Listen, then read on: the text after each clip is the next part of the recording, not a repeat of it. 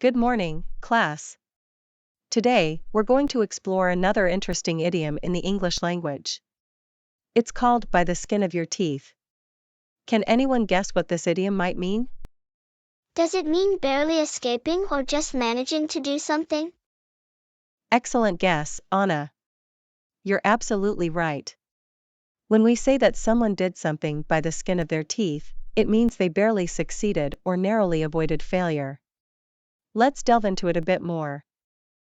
Does it always refer to a difficult situation? Not necessarily, Amber.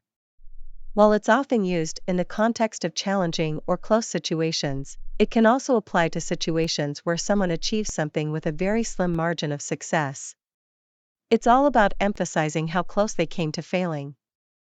Could you provide an example to help us understand it better? Absolutely. Imagine you have a math test and you're unsure about a particular question. You work through it, but it's incredibly challenging, and you're not confident in your answer. When the test is graded, you find out that you answered correctly, but only by the skin of your teeth.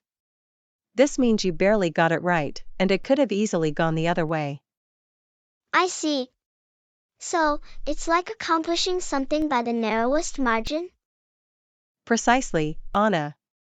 It means achieving something by the slimmest of margins, with very little room for error. It implies that success was extremely close to slipping away. Can you give us another example, please? Certainly. Let's say there's a basketball game, and it's the final few seconds, with a tied score. One team takes a shot just as the buzzer sounds, and the ball hits the rim, bounces off, and goes in. They win the game by the skin of their teeth, because the shot was incredibly close to missing. I think I understand now. Are there any synonyms for this idiom? Great question, Amber. While by the skin of your teeth is a widely used idiom, you can also use phrases like by a hair's breadth or just barely to convey a similar meaning. These expressions all emphasize a narrow margin of success or failure. Now, let's see a real-life conversation example. How did your job interview go? It was nerve-wracking.